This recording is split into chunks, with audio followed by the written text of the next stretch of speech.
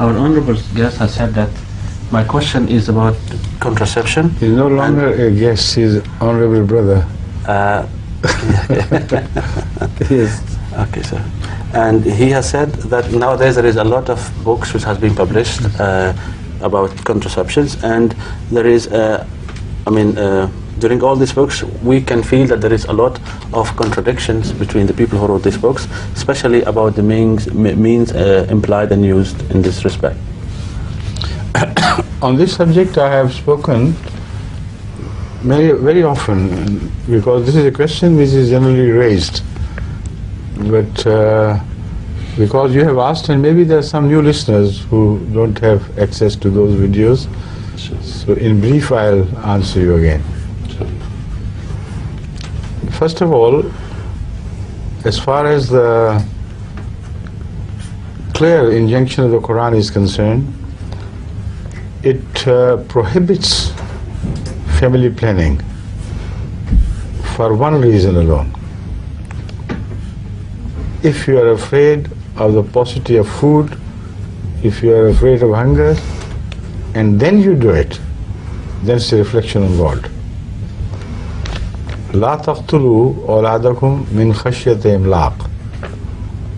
من هي خشية إملاق؟ خشية إملاق. I don't think that is right. لا تقتلوا أولادكم. Here the context is very clear. But don't murder your own children to be is the understood part. Who could be your children? من خشية إملاق. We'll find out if there's a min in between or just خشية إملاق. خشية إملاق. So we'll check it out. For the reason that you're afraid that you will suffer from poverty and paucity of food, etc. This is imlaq. The Holy Quran does not prohibit this in any other context. Which means, number one, qatl awlad. How can you believe that at any time of history people used to slaughter their own children for the sake of avoiding poverty? No one ever did. Among Arabs, there was a known custom of even burying their daughters alive, but not for the fear of poverty. This thing was done even by those people who were chieftains of the tribes, and it was, according to them, a blemish on their honor that a daughter was born to them. So never for the sake of avoiding poverty. So when the Holy Quran says it, it is in fact prophetic. Evidently it is prophetic, which means qatl awlad here means to take measures not to let them be, but for the sake of food problems for the world, overpopulation, and this and that. These are the things which were unheard of at the time of Hazrat Muhammad Rasulullah sallallahu alaihi wasallam. Have you got it? Yes, I've got it. There are two references here. Turn out both. So in the light of this, my inference is that the word qatl anyway indicates that it is not a good thing to do so. But when coupled with khashyat imlaq, then it becomes a crime. So you should avoid doing it, but for good, sound reasons. For instance, for the sake of the health of your wife, for the sake of bringing up of children in the right manner as the Quran wants you to do. Because Salasuna Shahra is mentioned in the Holy Quran, the full right of a child. Yes. So, which means that for 2.5 months there should be a gap at least, and then you can, if you add 9 months to it of pregnancy, then it makes 3 years and a quarter. So this is the reasonable gap between two children, which is excellent according to the health requirement and according to the upbringing requirement. But this is ideal. I know some ladies are stronger than others. They can cope with, for a while, a child every year sometimes. I have seen ladies and their health is still strong. So there are those who even bearing two children, they give in and break down. So for that reason, not for khashyat imlaq, for the sake of such ladies whose own life is more important than the life to be. And that too should be done at a period when life has not materialized, when the child embryo has not reached a stage where you can call it a live thing. And in support of this, we have many traditions reported by Sahaba. They are not hadith, but they are athar, in the sense that the Sahaba say this was our practice, we used to do it. And what they used to do it, they avoided such moments that the possibility of conception, they avoided the moments with possibilities of conception. I don't want to go into detail, everybody can understand, because this address is heard by ladies, girls, boys, everybody. So it's better to indicate. But it was not like contraceptives used in these days, absolutely not. But they did, and there seemed to be no objection, because this question was a known fact in the society, a habit which they knew was in practice. And we have not read any single hadith objecting against it, and I doubt if Rasulullah was kept unaware of all this. So although it is not highlighted very strongly, but the mention is very clear that this was a practice. Now that is something which is perhaps a sort of family planning, not exactly as what is meant by it. Family planning requires abortion as well. So let's now turn to abortion. As I said, lafz qatl, the word qatl, is in itself a very serious word.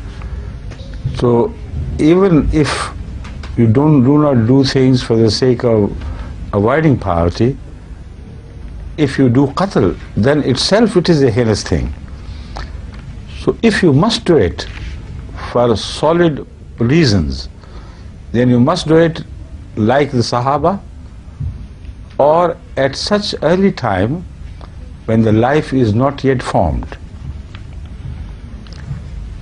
And the scientists are very clear about it. Although the egg is fertilized, but it cannot be called that the embryo is born. The embryonic stages for about 4.5 months continue without life having been completely visualized in the form of the child. It does not have its own independent existence before about 4.5 months. And this is also supported by hadith. Hadith sallallahu alaihi wasallam has mentioned that at this period, so many months, weeks, he said, in so many weeks, the baby is ready to receive his soul, and then it is breathed into him by angels. Now this hadith requires further explanation, to which I'll come later. But the modern scientists, who are top experts on this very subject, gynecologists of the highest class, they're amazed to find this reference in hadith. Because at that time there was no way any man could visualize what is happening within the uterus of a mother, would-be mother, that is pregnant woman. And to be so exact that at 4.5 months the child gains independence and becomes a boy or a girl. Before that, if it is aborted, it will be just a mess of flesh. It cannot live. So the thing which cannot live cannot be murdered. You see my logic in this, as I infer from this, is that the word qatl will not be applicable to that if it is aborted before the life takes its shape within the child. But that too should be done for a solid reason and never for the sake of avoiding poverty or avoiding hunger. So this is my inference. Of course, people have different views, but I have supported my inference from the Holy Quran, from the usage of the words and the hadith.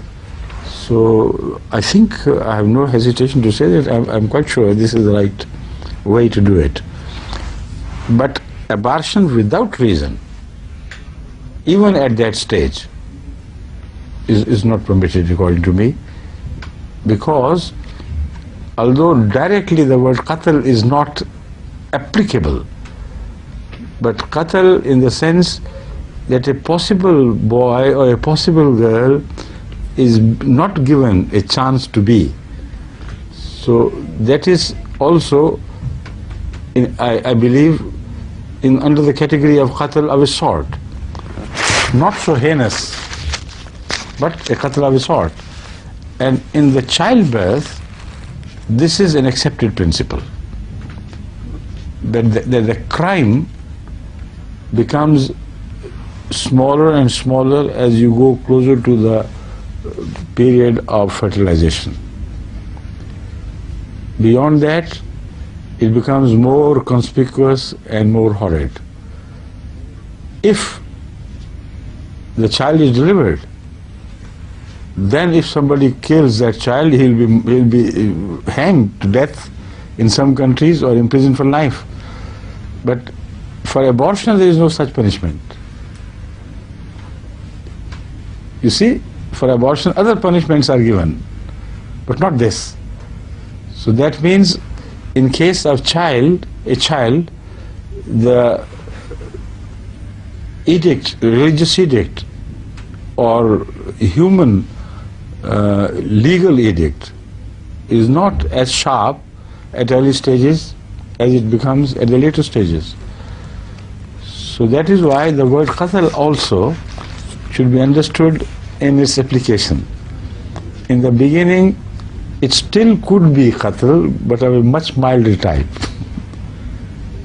A crime, but not punishable with death. But when the child becomes live, then it is far more serious. Still, it is not murder before his birth. Well, many things can happen. The benefit of doubt is given to the people who abort. But after the child is delivered, even if he is, congenitally deformed, no murder is permitted by any law.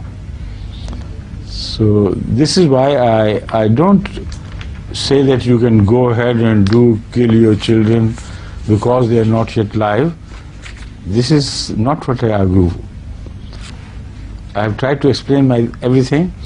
In relation to the childbirth, these are gradual stages.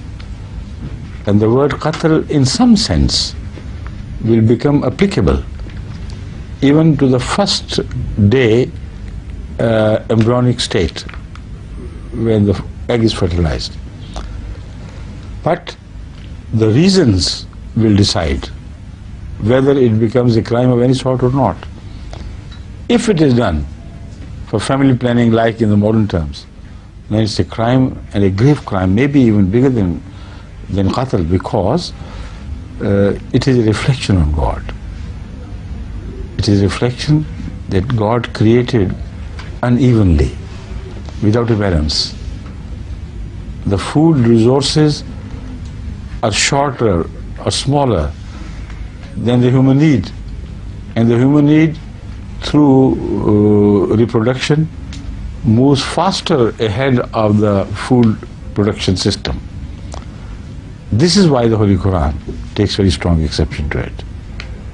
So, the verse, where is it? Yes, it's this one. وَلَا تَقْتُلُوا وَلَا تَقْتُلُوا أَوْلَادَكُمْ خَشْيَةَ إِمْلَاقٍ. That's right. خَشْيَةَ إِمْلَاقٍ نَحْنُ نَرْزُقُهُمْ وَإِيَّاكُمْ إِنَّ قَتْلَهُمْ كَانَ خِطًّا كَبِيرًا. This is it. And the second one? The second one has men in it. Where is it? This one here. And that is why I wanted to the second one as well, because I remembered men, and I was not altogether wrong. Yeah. وَلَا تَقْتُلُوا أَوْلَادَكُمْ مِنْ إِمْلَاقٍ. Here the khashya is min imlaq, right? So both verses have the same meaning. But the Quran, claims that God has created everything in couples and pairs. So verses also have pairs. Fantastic, isn't it? Yeah. Please.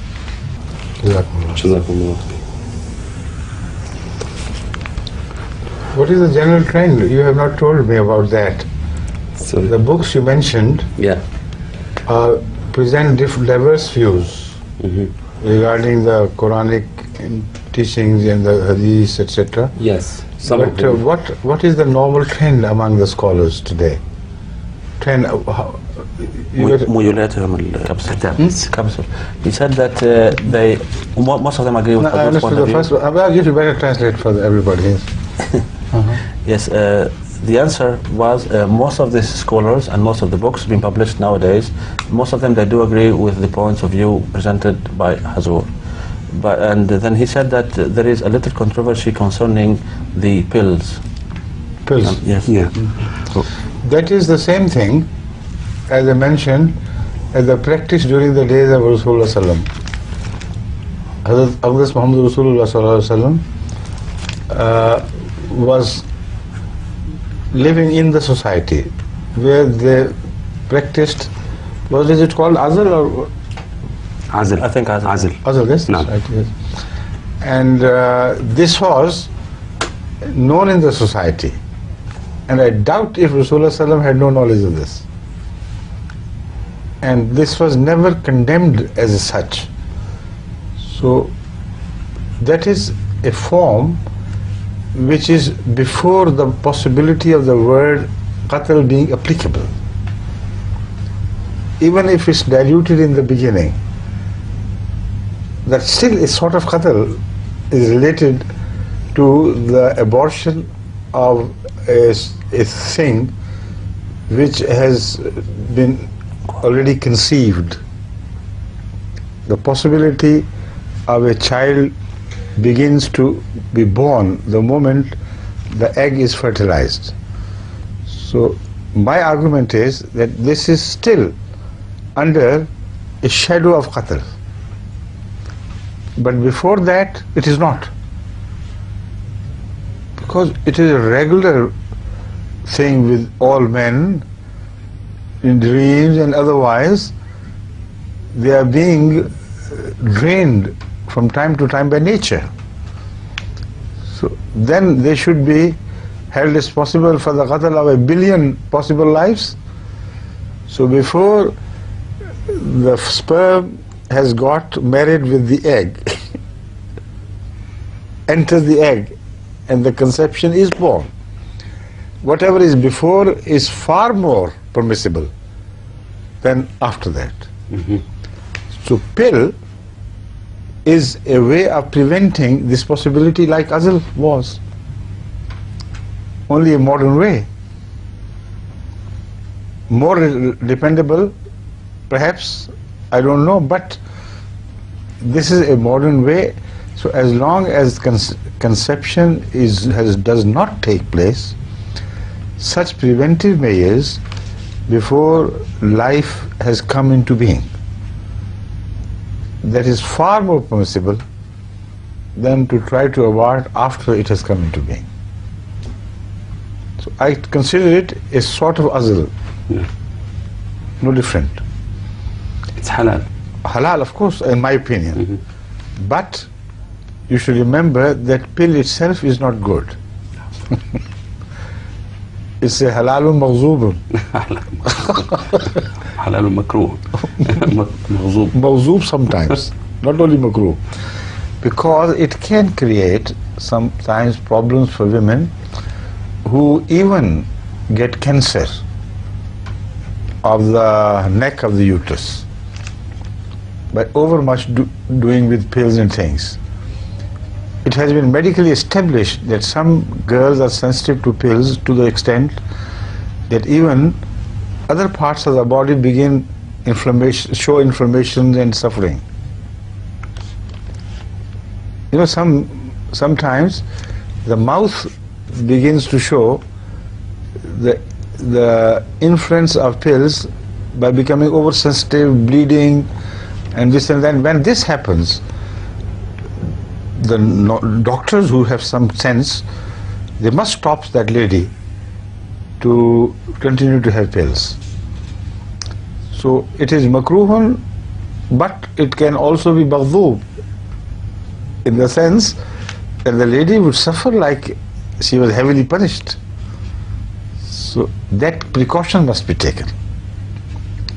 No health hazard should be permitted to avoid the possibility of birth of children. Got it? Yes, please. But please translate it. I know, yes. I'll answer that. The comment was about after the Honorable Brother had listened to Hazur's answer, said what we see nowadays happening mainly in the Muslim world is that most of the people, they are following these ways of contraception just because they have got a fear due to certain economical and financial problems. This is why they have to follow these means. And what Hazur's comments on this? First of all, it's a violation of a very clear injunction of the Holy Quran. There can be no excuse for violating this clear verse. لا تقتلوا أولادكم خشية إملاق or لا تقتلوا أولادكم من إملاق. You can't interpret it in any other way. It's so clear. So how can people dare to defy such a clear verse and make it a social habit? In crimes, as long as they're individuals, are not punished by God as strongly as when they become social crimes. When the whole society is taken to be in a state of defiance. So this is a very serious crime when a bad habit becomes a social order. That is why in case of the people of Lot, this is what the Holy Quran said. Individually, everybody who does it is not punished like that. When can you quote in history anywhere that such strong exception was taken by God as in the case of people of Lot? Because it says they used to discuss these things in their meetings. They made it a social system, an order. And some other crimes also they committed. So that is what I mean, to make it a public crime, acceptable by law or to law. This is a very serious matter. Something must be done about it. And the Muslims attend the international conferences where they are given some aid by superpowers, etc., or United Nations, under the plea that we help you with free supply of contraceptives and this and that, and also we will help you otherwise, get some money. But stop this, it is good for you. I have spoken at length on this issue during my question and answer sessions with Europeans mostly, and sometimes Americans, Canadians. And by the end of the day, as far as I could judge, all of them were either totally convinced or partially convinced that this is not the right thing to do. Why do not the Americans apply this strictly to Americans? The latest tendency among the Americans is to produce as many children as 12 in this modern time. Families are growing, particularly the white families, for a political reason, so that the blacks who reproduce faster than the whites may not overtake them in population. So it's encouraged, it is promoted, and this is what they do. They say we are rich so we can eat, no problem. But the question is, those who are poor, their poverty as a people always increases by the decrease in number. It's a very different law in operation. In a poor family, the more hands are born, more mouths will be fed. There is a general law of nature. So poor people, when they bear children, they do not give birth to just mouths, but also working hands, with the quantum of saving increasing with the number of children. So first of all, it is good for the families to have more children when they are poor. Number two, it is good for the larger regions of the third world to have population explosions. At some cost of suffering, they will spread out, and the artificial barriers which keep islands of affluence and wealth separated from the countries of poverty, they will be flooded, and nobody can stop it. This is what is happening now. All the measures they take to stop immigrants entering Europe somehow are defeated. And this is a natural law. Pressure is built in the countries where there is population explosion, and that pressure must be released by transfer of large number of people from one area to the other. This is what has shaped human history and civilization. This is what has shaped the mixing of different bloods and ideas and thoughts in the past ages. This is what has brought about a large shaking of the population and mixing it together, like the winds do sometimes.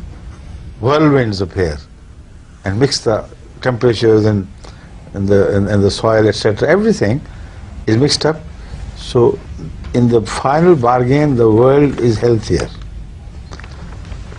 What happened? Who are Europeans? Let me see. They all came from the Central Asia, or from the southern parts, beyond Rome, Arabs, etc. Those people, they are still a part of the East, which moved northwards to Spain, from Spain to Italy, from Italy perhaps to other countries. Ultimately they started traveling northwards. Central Asian people started traveling northwards, and some to the west. So these two influences reached Europe and mixed their blood and population. This is what I'm telling you are accepted, internationally accepted facts. Who were the northern people who invaded in England and Europe? Nords, they're called, and other Gothic influences which were brought into Europe. They were all necessitated by the population explosion, nothing else. So it was good then, it is good today, but perhaps not as much for the rich people as for the poor. So it works exactly the opposite way. It's not a measure to suppress poverty, the family planning, it's a measure to continue to perpetuate poverty. Right? This process, national process, has many advantages. In fact, apart from the ones I have mentioned, I can add one more. This is not only good for the poor people, poor countries, but also for the rich people in rich countries. And it helps them in many, many ways.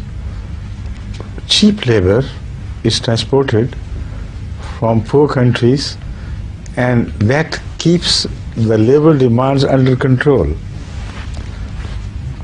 And this is a very important factor, despite the fact that they cry out, too many immigrants, too many foreigners and blacks and yellows, but deep inside they know it is good for their economy, and they somehow maintain balances.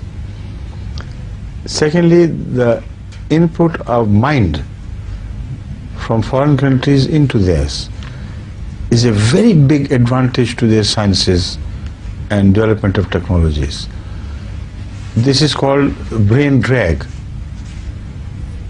And many Western scholars, particularly the Americans, have written very well supported, documented books on the fact that the brain which is drawn from Africa and other countries, this is leaving them poorer, because they are being absorbed in our system, so that most of the American sciences are not the product of Americans themselves. The advancement owes largely to the Chinese, to the Koreans, to the Africans, to the Arabs, and whatnot.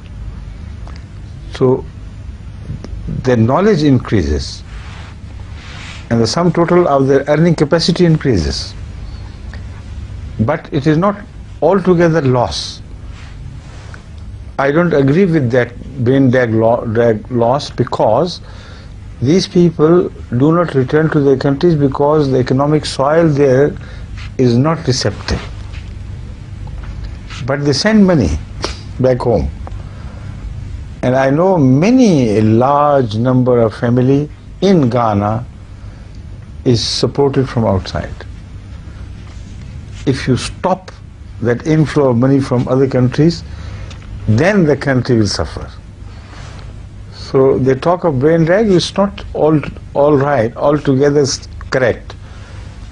If that brain was used in the country, of course it would be much better. It would be far more productive. But there is no means to digest, to assimilate that highly qualified brain. So altogether it is both to the advantage of both the Western countries and the Eastern countries, so let it be. Right? أضاف حضرة أمير المؤمنين وقال أن الحملة الطبيعية التي تحدثت عنها هي في الحقيقة تساعد. Shall we do it tomorrow then? Shall we begin tomorrow? Because I still have something to... Okay, we'll continue. You tell them that you'll translate from here tomorrow. And when you have translated, then I'll make myself available for more questions on the same subject. Please. Correct? All right, thank you. سأقدم لحضراتكم إن شاء الله في لقاء الغد ترجمة ما قاله حضرة أمير المؤمنين في نهاية هذه الحلقة. شكرا على حسن المتابعة، والسلام عليكم ورحمة الله وبركاته. السلام عليكم. وعليكم السلام.